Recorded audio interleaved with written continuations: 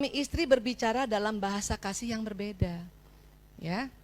Si suami mengatakan, ya, kamu kenapa marah lagi? Saya apa kurangnya, kata suami. Kata istri, aku nggak rasa kamu mencintai aku. Gitu. Ya. Dulu kita sudah bahas di dalam bahasa kasih. Ada berapa bahasa kasih? Ada 5. Ya. Nah, jadi kalau bahasa kasih itu apa maksudnya, Bu Aisyah? Bahasa kasih itu adalah cara mengutarakan cinta yang dilakukan oleh kita dan dimengerti oleh pasangan hidup kita. Banyak yang gak ngerti. Maksudnya apa? Contoh saya ya. Suami saya sudah mengutarakan cinta yang dia lakukan. Apa? Setiap HP saya rusak, dia siap siaga membetulkan. Ya, setiap anak-anak bayar sekolah, dia siap siaga langsung bayar. Ya. Setiap misalnya rumah saya itu bocor, dia siap siaga langsung kontak orang untuk membetulkan. AC panas, dia. Menurut suami saya, itulah cinta yang dia lakukan. Tetapi saya nggak ngerti. Kenapa? Karena buat saya, ya, cinta, kalau saya dicintai suami saya bukan itu. Kalau cuman betulin HP mah, saya panggil orang aja. Ya kan? Iya. Kemudian misalnya betulin rumah, oh saya bisa telepon, wah, punya daftar. Dan gitu. Kenapa? Karena saya bahasa kasihnya berbeda. Apa? Bahasa kasih saya itu sentuhan fisik. Bukan hubungan intim ya. Kalau hubungan intim semua keluarga harus hubungan intim untuk menghadirkan manusia baru. Sentuhan fisik, paling cuma diginiin aja nih pundaknya nih. Ya Allah.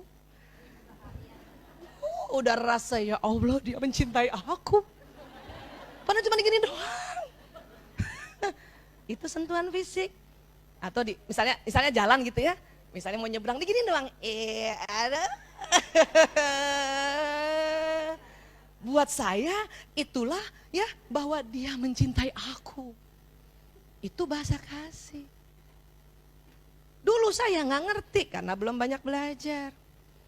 Pertengahan pernikahan, 27 tahun pertengahannya baru ngerti.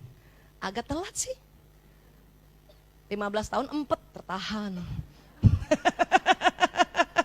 Tetapi setelah banyak belajar, pertama yang saya pelajari adalah, dia laki-laki memang. Otaknya beda sama kita. Kedua, watak. Oh iya memang, suami istri watak harus beda. Kalau watak terlalu sama, bosan.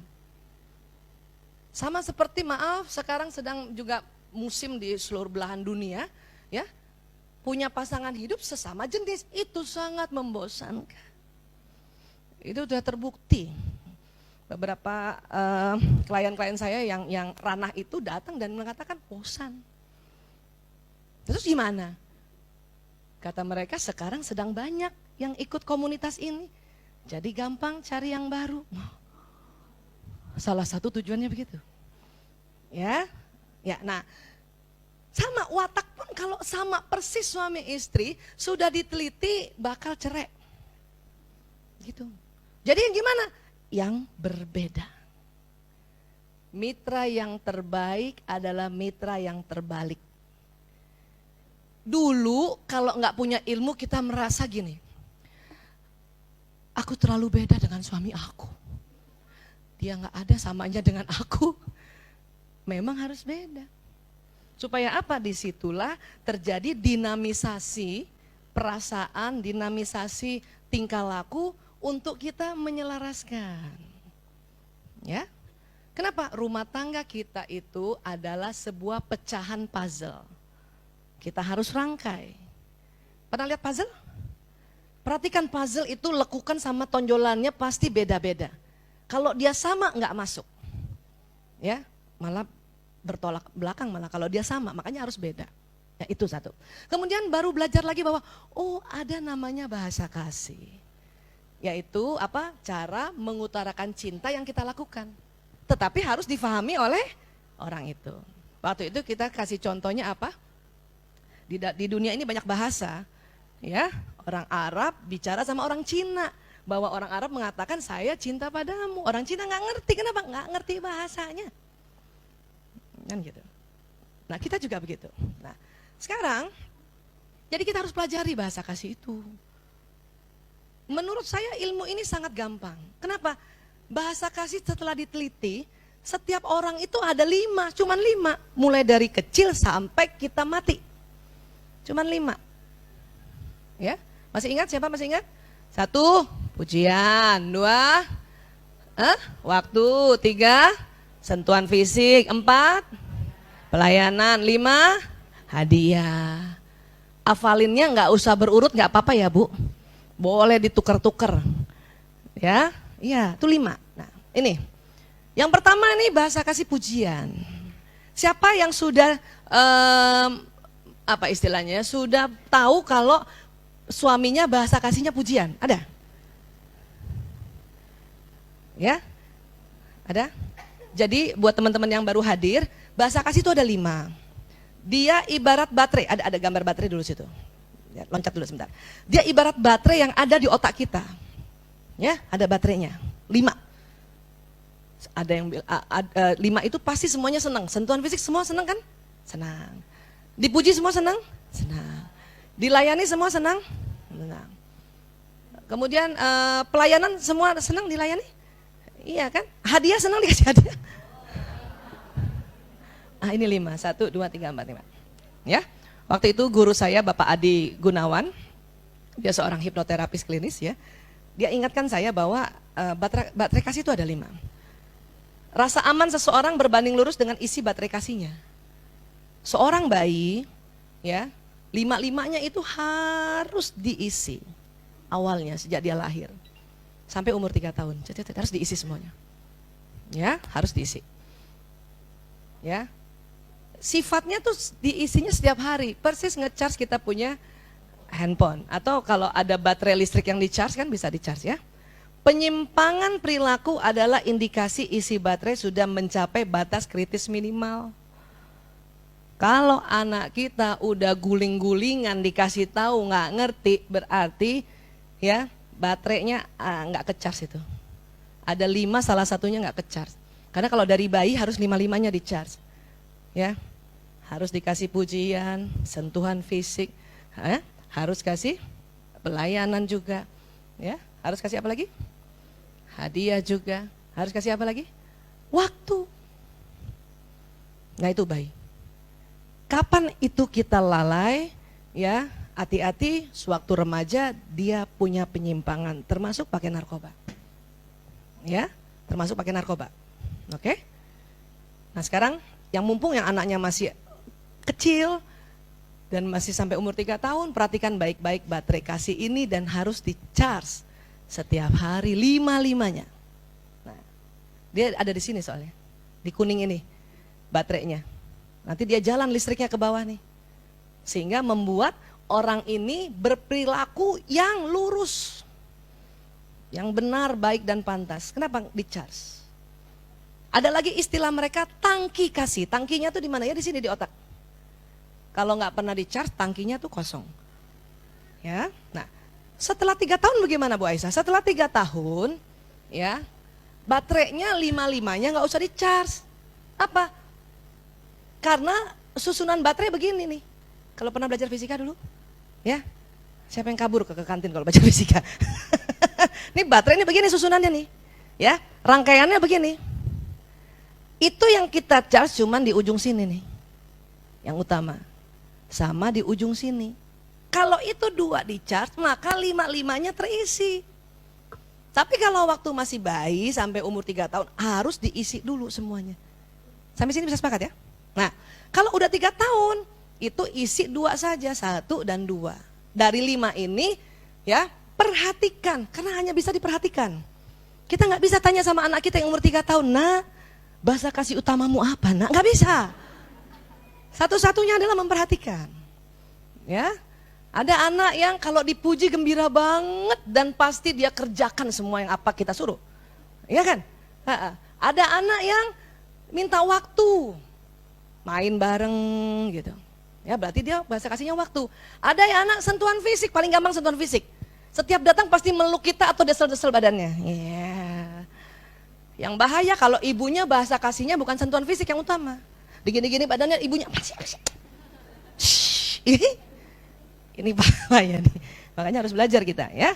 Ada anak ya senang banget pelayanan. Cepat kita ambilin makanan cepat, ambilin minumnya cepat. Berarti dia bahasa kasihnya pelayanan. Ya. Ada anak kalau menerima hadiah, hadiahnya itu disimpan. Dia tahu persis, ini ibuku kasih. Ya, kapan? Ya, 17 Agustus 2015, misalnya gitu. Ada yang begitu. Berarti bahasa kasih dia hadiah. Ya. Nah sekarang Bu Aisyah, kalau suami bagaimana? Suami bagaimana? Perhatikan perilaku dia setiap hari di awal-awal pernikahan atau bahkan sebelum pernikahan. Ada cerita begini, si laki-laki selalu datang ke rumahnya perempuan, ya, dan dia selalu membantu calon istrinya itu, ya, bebenah ruang tamu. Bahkan kalau ada habis makan keluarga bersama kan dia jajak makan, ada dia, ada calonnya, ada calon mertuanya 2 dan calon adik-adik iparnya. 7 orang. Yang nyuci piring yang perempuan ini, tapi dia selalu bantu. Dia selalu bantu. Ya, selalu bantu. Ini kita sudah harus berpikir, kok dia sering bantuin aku bebenah ya? Gitu. Ya. Pada saat berumah tangga, si laki-laki ini yang menjadi suami, ya, sudah tidak pernah lagi membantu untuk urusan-urusan rumah tangga dan dia minta istrinya lakukan itu. Lakukan itu. Istrinya berpikir, dulu kok dia yang melakukan itu? Akhirnya si istri merasa, kamu kok bikin aku jadi budak gitu. Tetapi menurut suami bukan begitu. Ya, itu pekerjaan kamu gitu. Tapi kamu waktu saya belum nikah kan kamu bantuin saya melulu. Nah, setelah belajar tentang bahasa kasih, barulah difahami bahwa suaminya di kisah ini, karena waktu di awal pernikahan dia selalu membantu, rupanya dia ingin mencontohkan begini loh, untuk melayani saya nanti. Maka dia itu berarti bahasa kasihnya pelayanan. Gitu. Makanya si suami akan sangat cinta sama istrinya kalau istrinya itu rajin bebenah, masakin dia, ya. Kemudian semua diurus anaknya. Begitu. Itu berarti bahasa kasih utamanya pelayanan, utama pelayanan. Ada lagi cerita kasus yang lain, ya.